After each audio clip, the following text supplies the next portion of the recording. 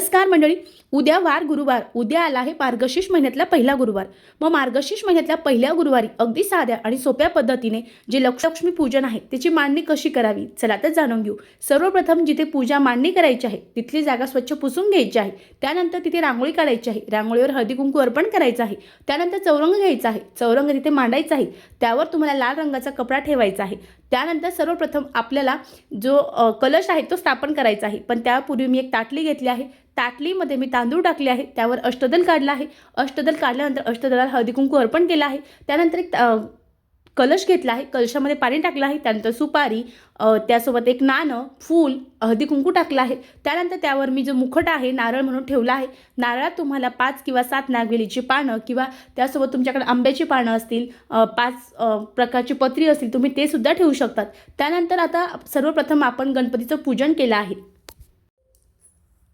त्यानंतर दिवा प्रज्वलित करून घेतला आहे. त्यानंतर आपण गणपतीचं पूजन केलं आहे. गणपतीला शुद्ध जल पंचामृत अर्पण केलं आहे. ओम गण गणपते नमः या मंत्राचा जप केला आहे. त्यानंतर गणपतीला आसन दिलं आहे. तांदूळ ठेवले आहे. त्यावर गणपती ठेवला आहे.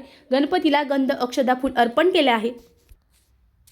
यज्ञ अर्पण केले आहे. त्यानंतर परत गणपतीला आपण फूल अर्पण केलं आहे. त्यानंतर परत आपण लक्ष्मीचा जी मूर्ती आहे लक्ष्मीची ती घेतली आहे. तुमच्याकडे मूर्ती नसेल तर कॉईन घ्या. कॉईन नसेल तर अगदी 5 रुपयाचा तुम्ही जो कॉईन आहे तो सुद्धा घेऊ शकता.